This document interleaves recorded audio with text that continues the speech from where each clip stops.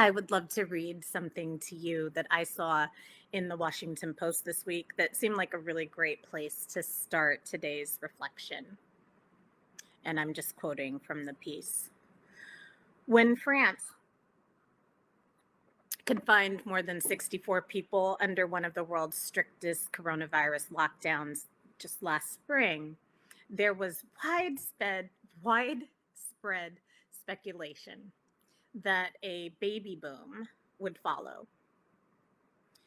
And they quote someone who says, and this is a nurse midwife, I thought to myself, they're all stuck at home and they need to occupy themselves, so they'll make babies, recalled Martine, a midwife coordinator at the main public hospital in Saint Denis, which is a city on the outskirts of Paris that has one of France's highest birth rates.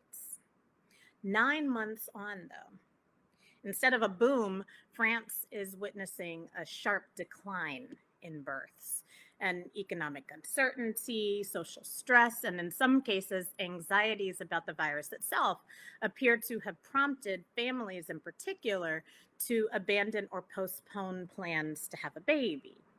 And the number of babies born at the Saint Denis hospital plummeted by about 20% between mid-December and mid-January, and is expected to remain below 2020 levels for at least the first half of the year. And while the coronavirus wards were hives of activity, sadly, last week, lights in the maternity ward were dimmed and the corridors empty. Midwife Martine continues saying, usually it's bustling here, she said, as she chatted with other midwives next to a board showing the occupancy status of the ward's 9 delivery rooms. Only one was in use.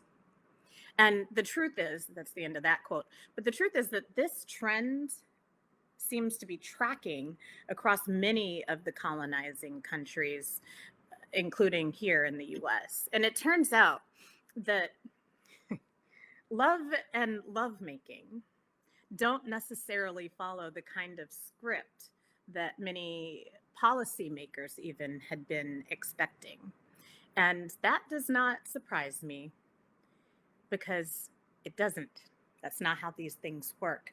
And whatever script authorities tend to have for such things, it's most likely going to be incorrect.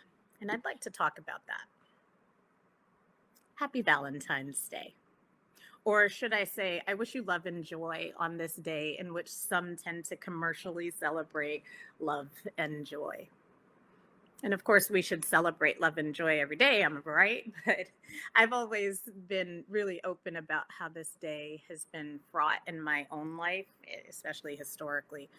Just so many expectations, maybe some disappointment most years in my past, and at a certain very extended time in my life.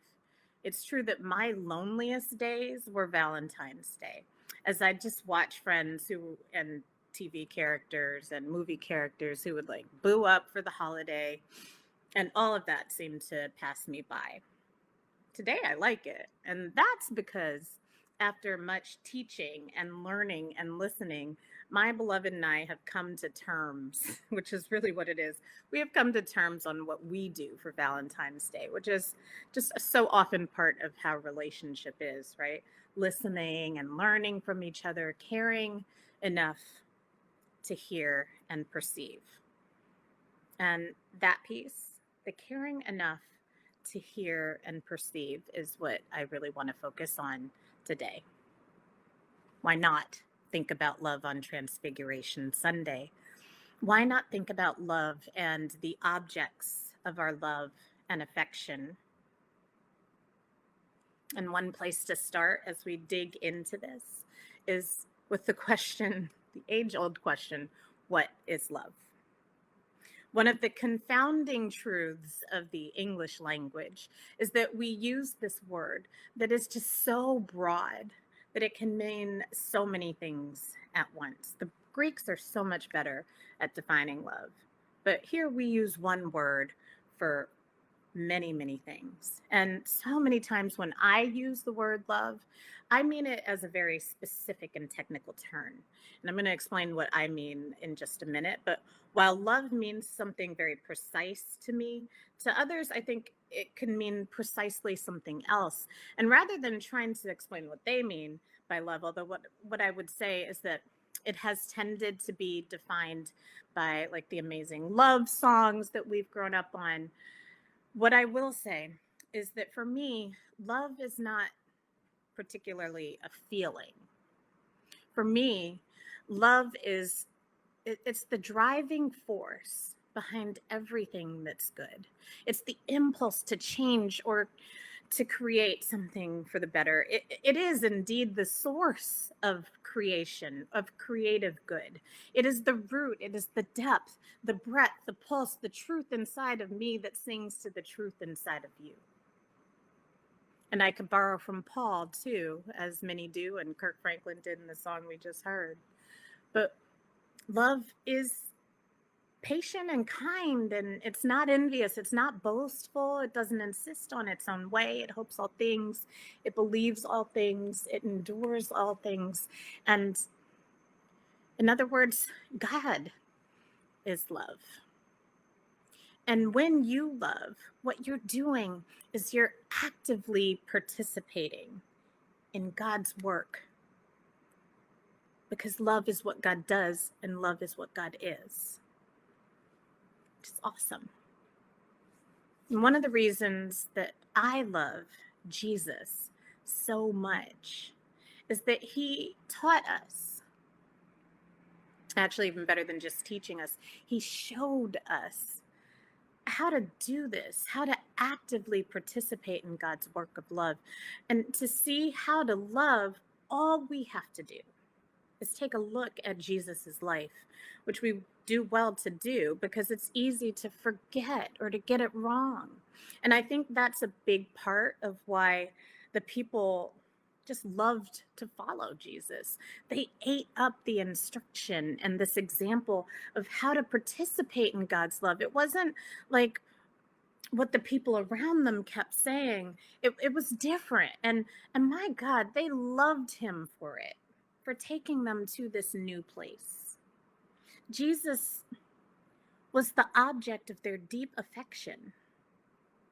But here's my question. How well did they know him? Did they know him? Do we? Or were they missing something? Or are we? And that's a thing, right? This is a thing with the people around us, our girlfriends, our neighbors, our family members, our buddies, our acquaintances, our lovers, our loves. How many times have we thought we knew someone, only later to learn that we didn't know them at all?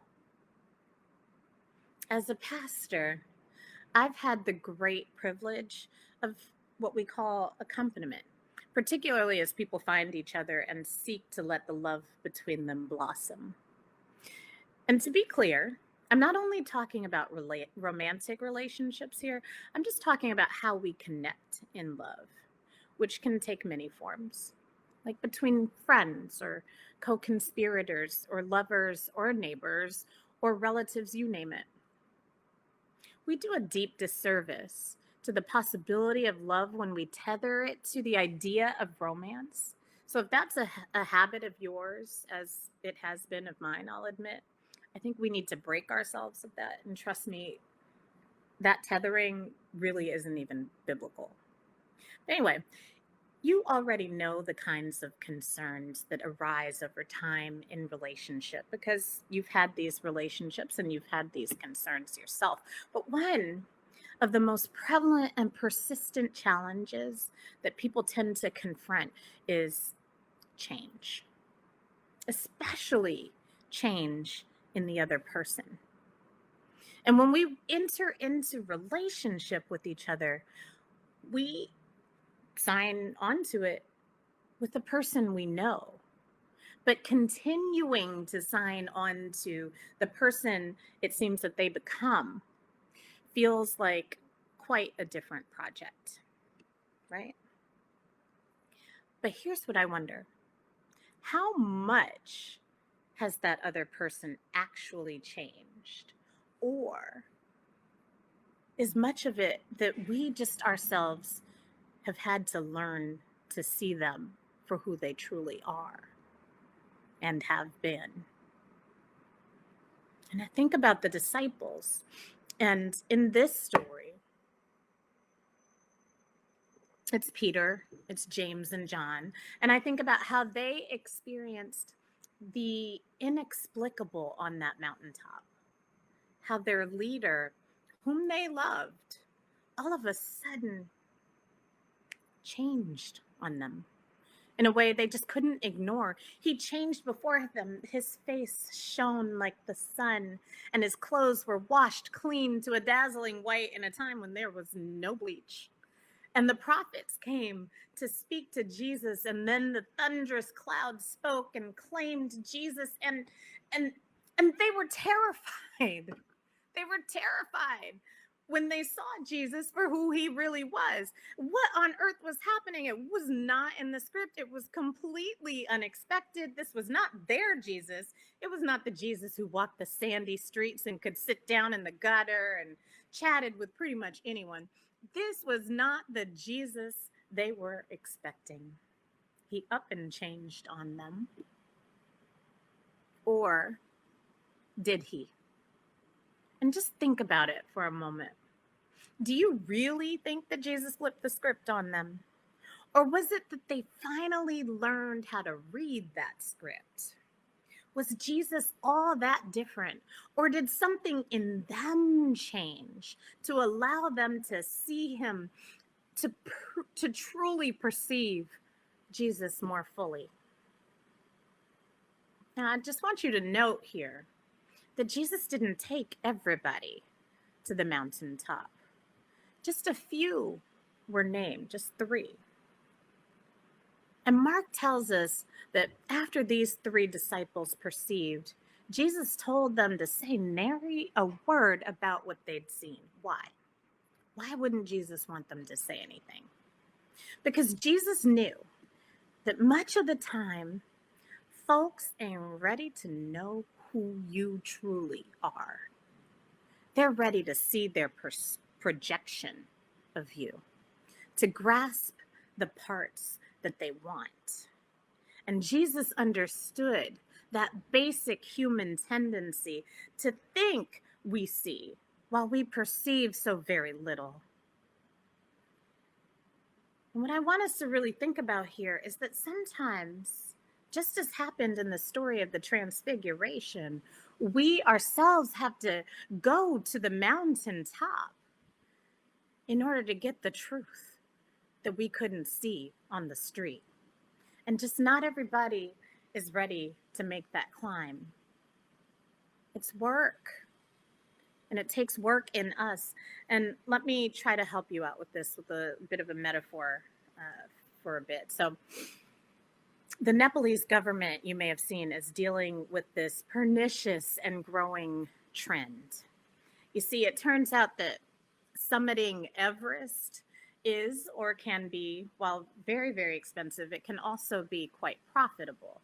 And there's the whole industry around all that is a different topic, but just know that there are rewards to be won in certain circles for reaching the summit of Mount Everest. We also know that getting there is incredibly difficult physically, like financial concerns aside. It's just hard to do physically. And most people can't. And those who do must engage in very disciplined conditioning before they can even think about trying to reach the top. But the rewards are there. So what some people have been doing is faking their summit. They go to the top of a mountain and then they take a photo and Photoshop in some key elements, and then they pretend they made it. They've gotten quite sophisticated about this.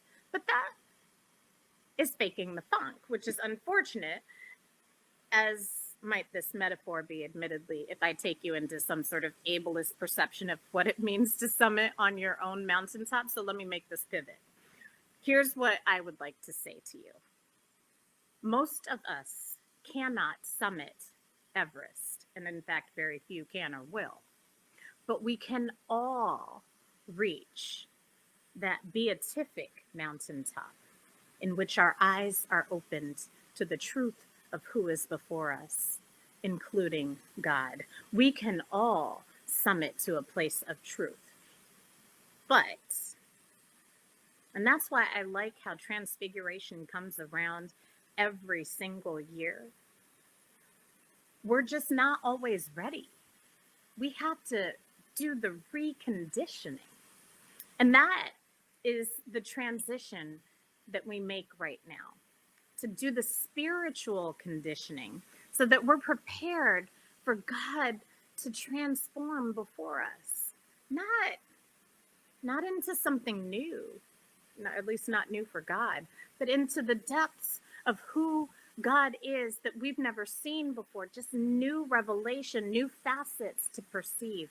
And the beautiful rhythm of the liturgical year is that the season into which we're headed right now, that's our climb. It's our spring, which is what Lent means. It's our spring into that place of perceiving what is already before us. It takes some work.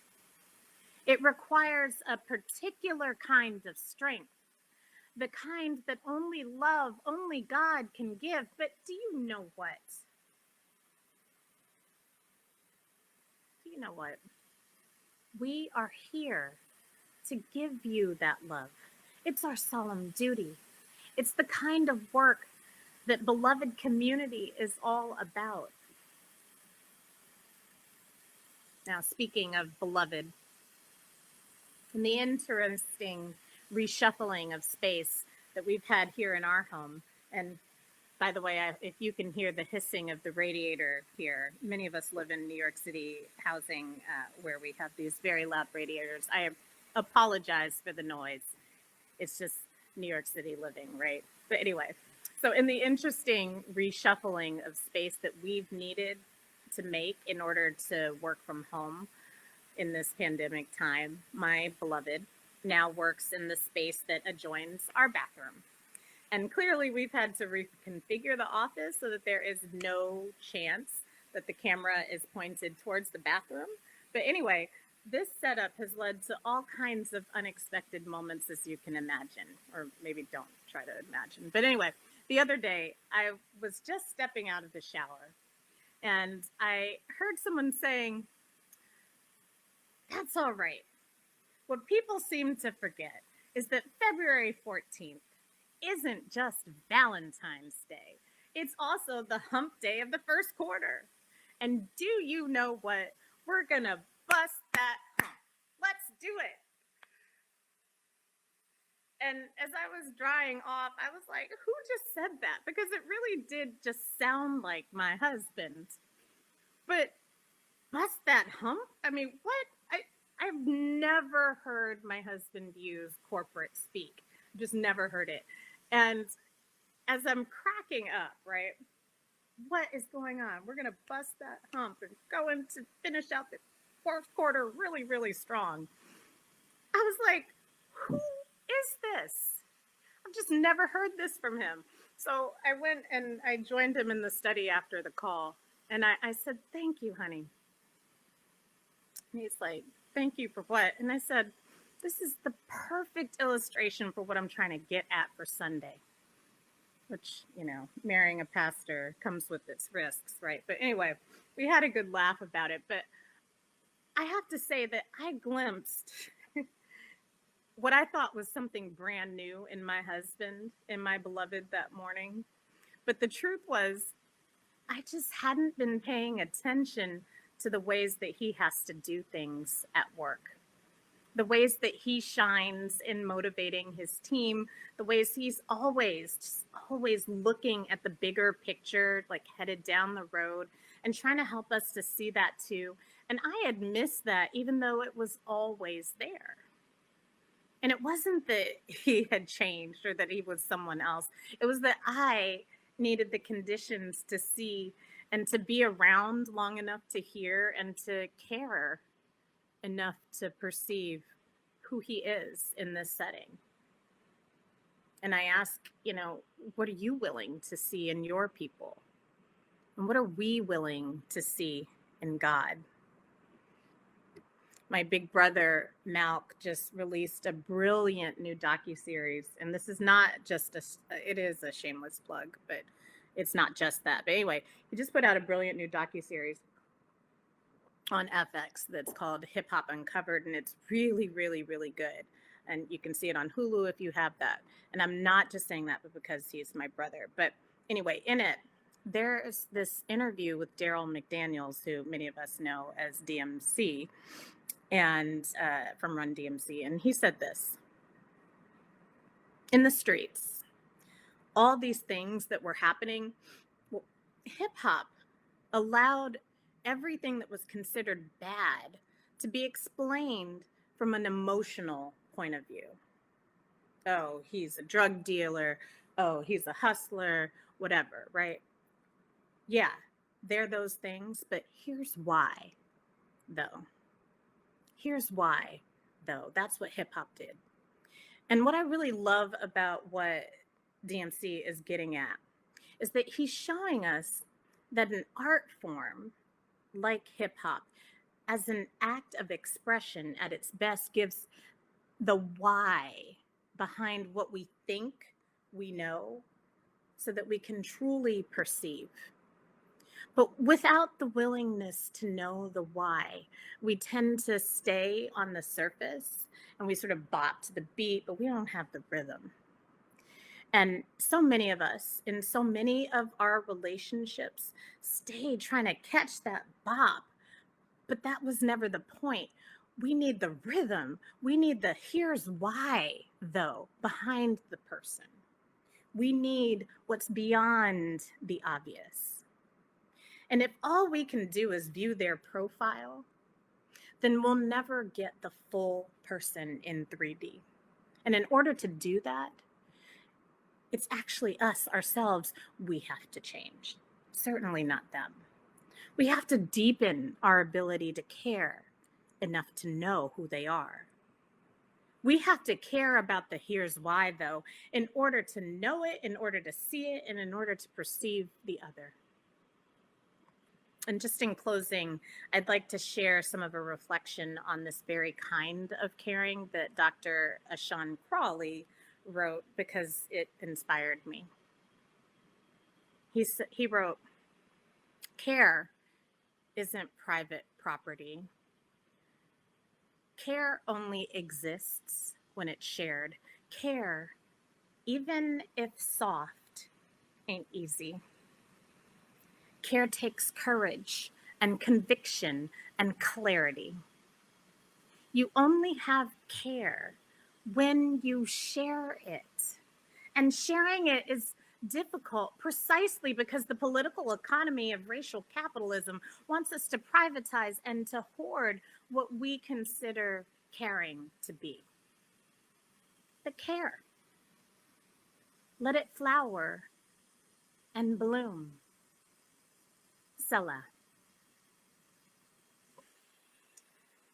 The journey to letting our care flower and bloom anew, that journey is not simple, folks. And there's always somewhere to go from where we are. So we may be very good at loving and caring, but we always have somewhere deeper that we can journey. Better ways to care once we see who the other is, and the ways to offer the softness of our care. And what I really appreciate about what Dr. Crawley was saying is that there really are forces at play that specifically want to arrest this development within you, to halt your bloom, because Dr. Crawley's saying they would rather actually charge you money for it.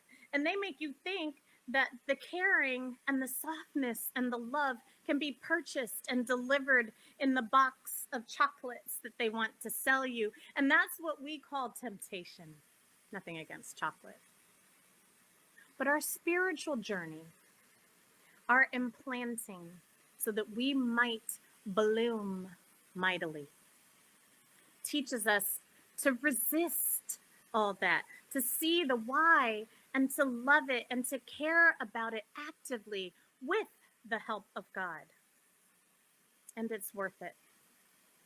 Just imagine what's at stake if we don't do this. But the incredible news here is that whosoever you are and wheresoever you find yourself, God can and God will transfigure before you, show you something new, dance as you bask in the radiance of God's glistening raiments before you, fill you with the love that no one could ever take from you. So let's go to Lent, and you just spring forth gorgeous. Amen.